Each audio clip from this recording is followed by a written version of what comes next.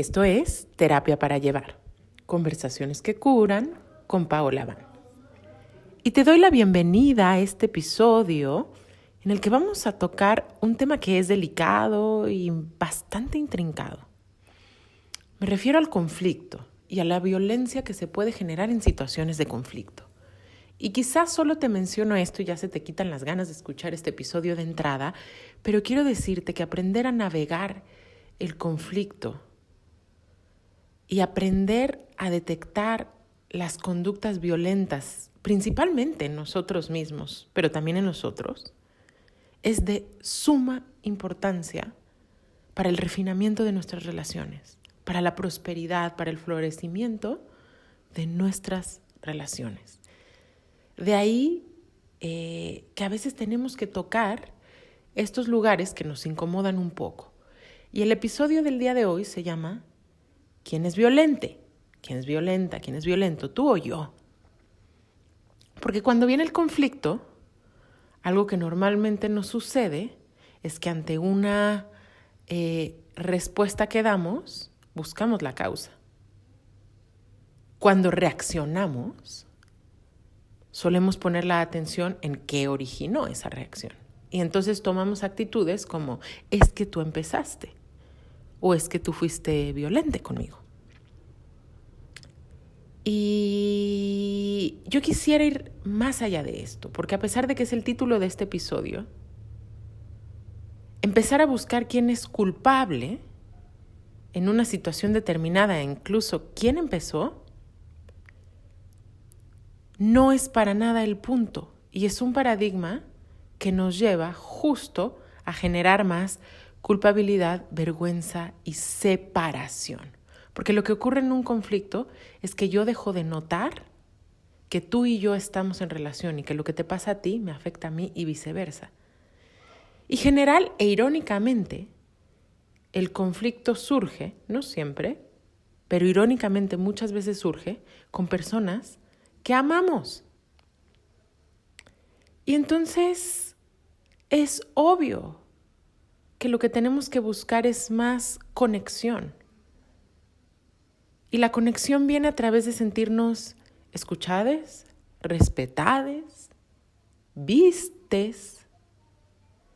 Oigan, aquí hago un paréntesis, porque justo en toda mi intención de incluirles a todos, hablo así, pero puede ser que sea muy raro para todas las personas que llevamos décadas hablando los adjetivos con A y con O, como soy yo. Pero cierro este paréntesis y retomo para decirte que todos queremos sentirnos vistos y vistas.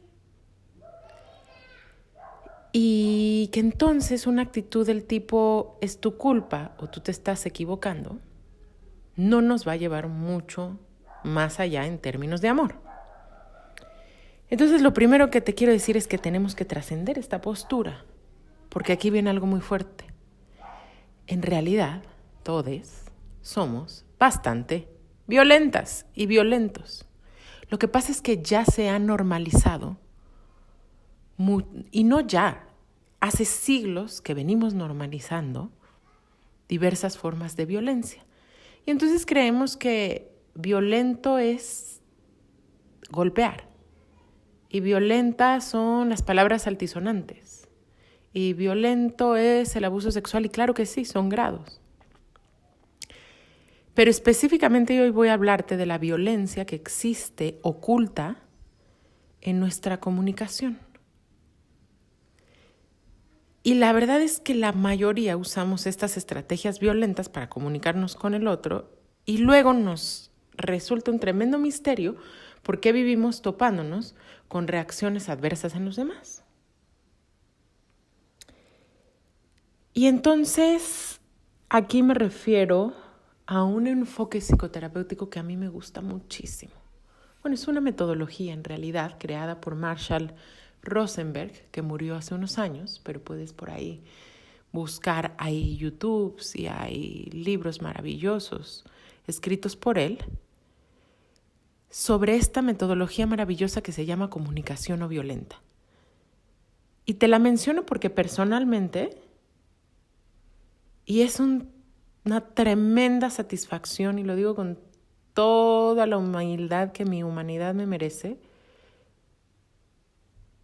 Pero por fin hoy en mi vida yo puedo decir que he logrado consolidar una excelente relación de pareja. Ojo, no en la que no hay conflicto o diferencia o dolor a veces incluso, pero donde eso se trasciende constantemente, y la constante es que lleva a un mayor y mayor nivel de intimidad, de comprensión, de conexión, de colaboración. Y yo creo que este es quizás el sueño de todos y todas, me atrevería a decir, porque todos, como humanos, queremos vivir en amor. Pero te cuento esto no para presumir, y de nuevo con la humildad que me merece, porque uno no deja de sorprenderse de la profundidad de la psique humana. Pero te lo comento porque algo muy particular de la relación de pareja que yo tengo en este momento es que ambos hemos sido muy fans, voy a decirlo así de alguna manera, de la comunicación no violenta y del método que creó Marshall Rosenberg. Y este método lo que dice es que todo el tiempo estamos comunicando nuestras necesidades, pero a veces lo hacemos de maneras adecuadas o con estrategias adecuadas, y a veces lo hacemos con estrategias inadecuadas o violentas. Otra manera de decir esto es que todas las respuestas y reacciones que vemos en la gente con la que nos relacionamos son una manera de comunicar necesidades. Como decir, si alguien se enoja contigo, lo que está debajo de eso es que hay una necesidad no cumplida. Esa persona que se enojó contigo está necesitando algo, pero no ha sabido comunicarlo de manera adecuada. Y entonces si nosotros empezamos a entender este paradigma y a entender que todos los seres humanos tienen necesidades y las comunican a veces de manera pacífica y a veces de manera violenta, se abre un espacio grande para la compasión. Pero aquí viene otra parte. Lo principal y lo primero siempre empieza conmigo. Si yo empiezo a darme cuenta que tengo, aunque parezca muy obvio, sentimientos, necesidades y cosas que quiero pedirle al otro y se las comunico adecuadamente, entonces tengo muchas más posibilidades de tener éxito. Pero voy a concretar más.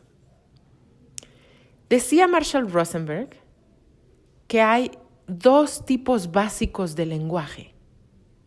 El lenguaje de la jirafa y el lenguaje del chacal. Así decidió llamarlos él, como muy pedagógico, muy para niños, pero esto es profundo, ojo. Al lenguaje de la jirafa le llamó así porque las jirafas son el mamífero que tiene el corazón más grande en el planeta. Tienen un gran corazón, literalmente, las jirafas. Pero además tienen un cuello alto, es decir, tienen mayor perspectiva, pueden ver desde arriba. Y también las jirafas tienen una particularidad. Cuando comen frutos y hojas y ramas, pueden digerir las espinas. Las espinas no lastiman su sistema digestivo. Esto está maravilloso. Y te lo digo porque, de nuevo, tenemos una idea de que ser espiritual es no volver a tener conflicto, no volver a sentir vergüenza, no volver a sentir dolor, no volver a tener reacciones adversas, y exigimos eso a cualquier persona que se presuma espiritual. La verdad es que sí tenemos una aspiración, sí vamos hacia más compasión, sí vamos hacia un trato más amoroso, sí que queremos eso, pero siempre aceptamos con humildad que estamos en el proceso de refinarnos, y quizás ese sea el propósito al final de estar en este planeta. Ya ser humanos y vivir con esta tremenda imperfección en la que unos a otros nos vamos espinando. Es como si fuéramos unos puercoespines y simplemente por la convivencia hay fricción. Pero regreso, Marshall Rosenberg le llamaba el lenguaje de la jirafa al lenguaje compasivo, amoroso, a ese lenguaje justo que nos lleva a conectar. Y por otro lado, le llamaba el lenguaje del chacal a esas estrategias violentas que de pronto usamos con y sin conciencia. ¿Cuál es el lenguaje del chacal? El lenguaje del chacal es ese que no respeta la integridad del otro, la voluntad del otro, al ser del otro. Pongo maneras concretas. La crítica. Quizás no te habías dado cuenta, pero criticar al otro es violento. Y de pronto nos sentimos con mucho derecho de criticar a nuestra pareja, a nuestros hijos, al hermano. Una manera mucho más solidificada todavía de criticar es cuando en lugar de nombrar las conductas que no nos gustan del otro, convertimos una identidad. Le damos una identidad a esa persona, y lo pongo muy sencillo, es como decir, en lugar de decir, puedo notar que a veces tú te enojas, o incluso puedes decir, o puedes notar, últimamente te has enojado con cierta frecuencia, y decir, qué bárbaro, es que eres súper enojona. Y entonces vamos otorgándole identidades a las personas, y esto es bien difícil. También, si tú me escuchas, quizás seas esa persona en tu familia a la que se le otorgó una terrible identidad, y entonces eres la difícil, el problemático, la conflictiva, el enojón, y así. Entonces es terrible porque vamos solidificando y proyectando una identidad sobre los niños. Esto empieza desde que son bien chiquitos, y esto se preserva de manera tal que uno acaba creyéndoselo. Es bien fuerte, es como un hechizo. O sea, imagínate el poder psíquico que una madre, que un padre tienen sobre un bebé, sobre un niño, y de qué manera les creemos. Entonces aquí te invito a hacer una pausa en esta terapia para llevar y preguntarte, ¿qué clases de cosas me decían frecuentemente en mi familia como crítica? Eres flojo, mira nada más, qué desorganizada, no sé. O sea, ni siquiera me cuesta hasta trabajo entrar en querer nombrar esas críticas y esos juicios. Pero ¿qué te decían? Tú eres tonto, nunca vas a poder. ¿Qué clase de identidad equivocada y errónea te creaste a través de las críticas en tu familia? Y entonces esa es la crítica. El juicio. El juicio cuando yo divido algo como bueno o malo, aceptable o inaceptable. Por supuesto, la manipulación, el chantaje, la exigencia y la demanda. Todas estas estrategias son maneras en las que estamos comunicando una necesidad, pero de manera chacalona, o sea, de manera violenta. Y esto tiene un tremendo impacto sobre la persona que lo recibe. Y obvio también sobre mí, recordemos, porque siempre hemos dicho en este podcast, somos uno. Entonces, si te afecto a ti y afecto mi conexión contigo, entonces a mí me va a doler, especialmente si te amo. Entonces, para ponerles un ejemplo de manipulación o chantaje, es cuando, por ejemplo, una mamá dice, ay, hijo, es que nunca vienes a vernos. Y nosotros tan enfermos y tan solitos, ¿no? Entonces, nomás de escucharlo, a lo mejor ya vas sintiendo así como, ay, o sea, qué pesado que te digan eso. Porque hay un chantaje y hay una manipulación. ¿Y qué diferencia habría con decir algo como, hijo o hija, me hace tan feliz, o me pongo tan feliz más bien, cuando tú vienes? Me encantaría que pudiéramos vernos más seguido. Pero resulta que no nos gusta vulnerarnos y no nos gusta exponernos ante el otro. Y entonces agarramos nuestra postura defensiva y hacemos creer que el que está equivocado es el otro. Y entonces decimos cosas como, uy, qué milagro que te das una vuelta por aquí. Eso es violento. O alguien está tratando de comprender y pide más información y le dices, ay, pero qué complicada eres, ¿eh? Entonces vamos poniendo juicios y críticas y colgando etiquetas en la gente y eso va creando distancia en las relaciones.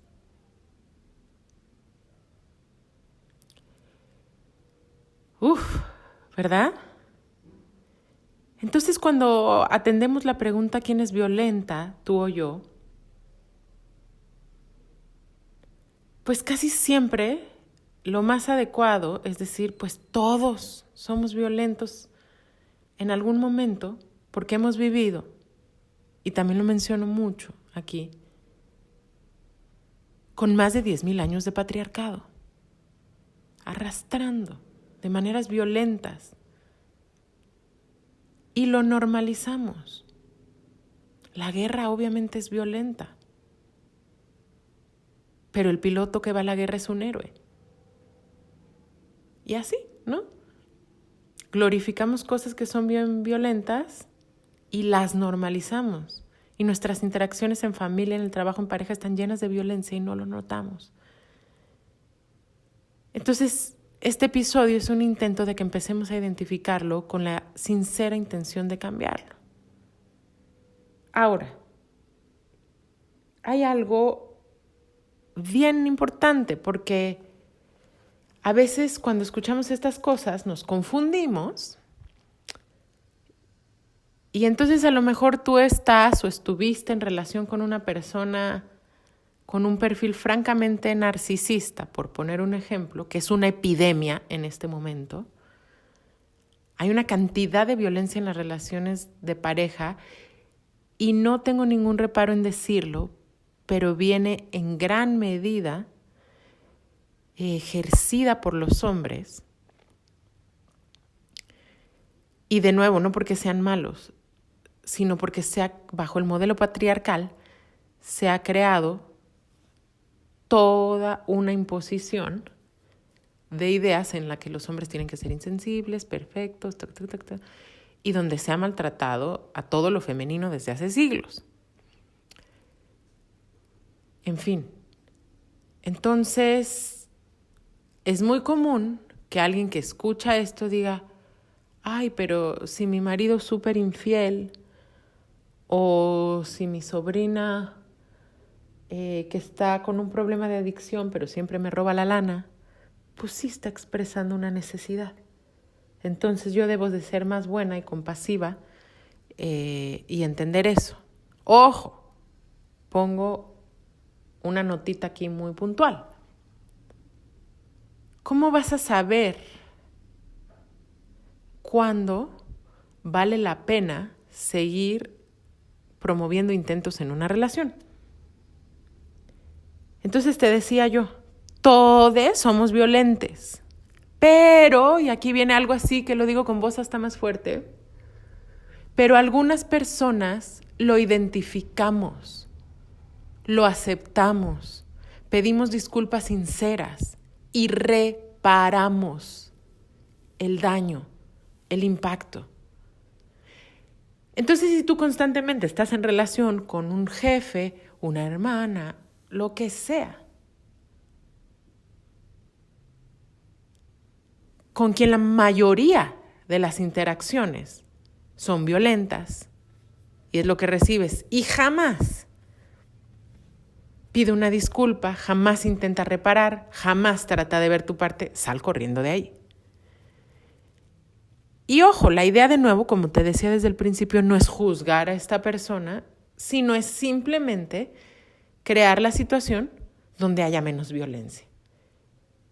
Esa persona no está aún en un nivel de conciencia que le permita darse cuenta y mucho menos reparar este impacto. Ojo, a veces se menciona esta frase, nivel de conciencia, como si fuera algo que nos separa a los iluminados de los mortales. Y No va por ahí. Conciencia significa darse cuenta. Entonces a lo que me refiero es, de verdad, a veces las personas no se dan cuenta. Entonces tú puedes hacer un intento, o 2, o 3, pero si hace 1000 intentos que tratas de concientizar a una persona acerca de la violencia que ejerce y no cambia, entonces yo te diría, no es momento. Y lo que puedes esperar es seguir recibiendo más violencia. Entonces ahí hay que poner un límite, eso es lo que corresponde.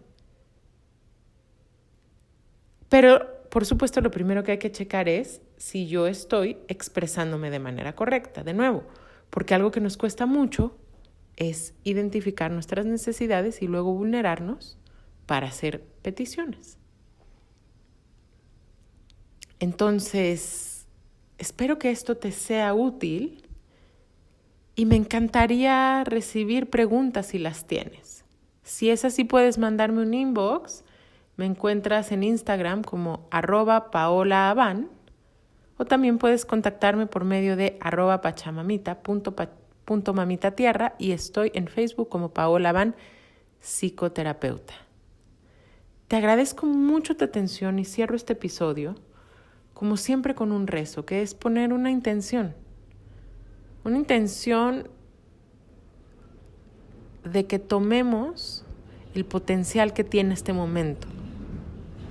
Muchos de nosotros estamos en la búsqueda. Hace poco escuchaba a Isaías, un abuelo maya con el que trabajo de cerca, recordarnos que había una fecha marcada, el 2012, en el calendario maya, donde iba a empezar a darse un gran salto de conciencia. De nuevo, esto no es con lenguaje mágico, esotérico, un darse cuenta. A mí me alegra inmensamente ver que cada vez son más y más y más las personas que se interesan en este tipo de contenidos, en llevar una práctica espiritual seria, en mejorar sus relaciones, en mejorar la relación que llevamos con la Madre Tierra, en criar hijos con más amor y menos violencia, en cuidar de nuestros cuerpos y nuestra salud, en mejorar nuestra alimentación, todas estas cosas que son una manifestación del anhelo de nuestros espíritus por crear un mejor sueño, por recordar que si te afecta a ti, me afecta a mí, que si te lastima a ti, me lastima a mí. Y entonces estamos en un tiempo maravilloso donde cada vez más y más y más nos estamos dando cuenta de eso. Y este rezo no solo es pedir, como muchas veces, es dar también gracias y ofrecer gratitud a todas esas personas que han caminado en linajes espirituales antes de nosotros. En el Tíbet, en la India, en toda Mesoamérica, en el norte, los Lakotas, en el sur, los mapuches, y en México todas las tradiciones ancestrales, olmecas, chichimecas, mexicas, mayas. A todo el conocimiento de la India, a toda esa serie de conocimientos que se guardaron en el Himalaya, muchas gracias. Y muchas gracias a la parte de ti que tiene ganas de hacerlo florecer, que quiere conectarse mejor, que quiere vivir en armonía. Te deseo y rezo porque esa semillita siempre sea regada, que florezca y que tengas la fortaleza para seguir en tu intento. Hecho está.